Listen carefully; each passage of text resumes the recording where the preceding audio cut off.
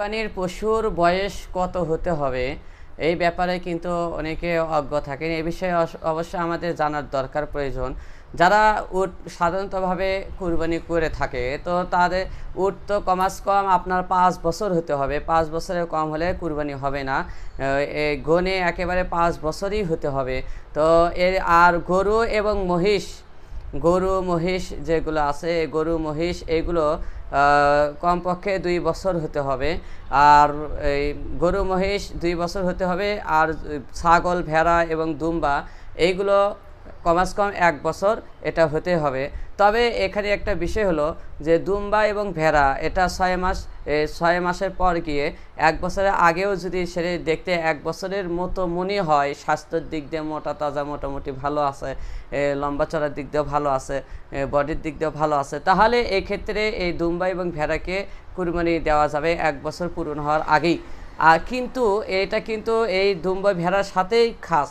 এছাড়া আপনার ছাগল বকরি এদের জন্য পুরো একটি বছরই অতিক্রম হতে হবে। 1 বছরের কম হওয়া যাবে না। 1 বছরের কম যদি হয় তাহলে কুরবানি হবে না।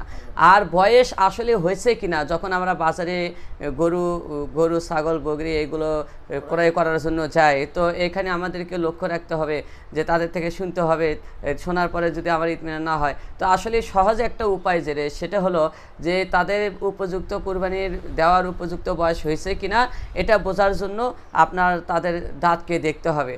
অর্থাৎ আমাদের এইখানকার পরিভাষায় যেটা আমরা বলি যে দাঁতিছে, তো যদি সে দাঁতে দাঁতে যায়, অর্থাৎ দাঁত যদি তার হয়ে যায়, তাহলে এই ক্ষেত্রে আপনার কি হতো বুঝে নেবেন যে অবশ্যই তার কি হয়েছে, উপযুক্ত বয়স হয়ে গেছে, অর্থাৎ উটের 5 বছর হয়ে গেছে। এরপরে যদি গরু তারপরে মহিষ এগুলো যদি দাঁতা হয়, তাহলে বুঝে নেবেন অবশ্যই তারও 2 বছর বয়স হয়ে গেছে। 2 বছর আগে তো সে আসলে দাঁতে না।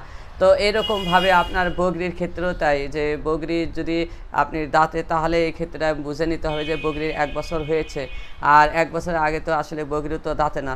তো এরকমভাবে আপনার দুম্বা ভেড়ার ক্ষেত্রে বললাম যে 6 মাস পার হওয়ার পরেও তার 1 বছর হওয়ার আগ মুহূর্তে এই সময়ের মধ্যে যদি এর দেখতে 1 বছরকার মতোই লাগে, তাহলে এই ক্ষেত্রে এটার দ্বারাও কুরবানি দেওয়া জায়েজ আছে, যদিও 1 বছর ফুল পূর্ণ হয়নি। তো ইনশাল্লাহ আল্লাহ পাক রব্বুল আলামিন আমাদের সবাইকে আমল করার তৌফিক দান করুক। সকলে ভালো থাকি, সুস্থ থাকেন। আসসালামু আলাইকুম ওয়া রাহমাতুল্লাহ।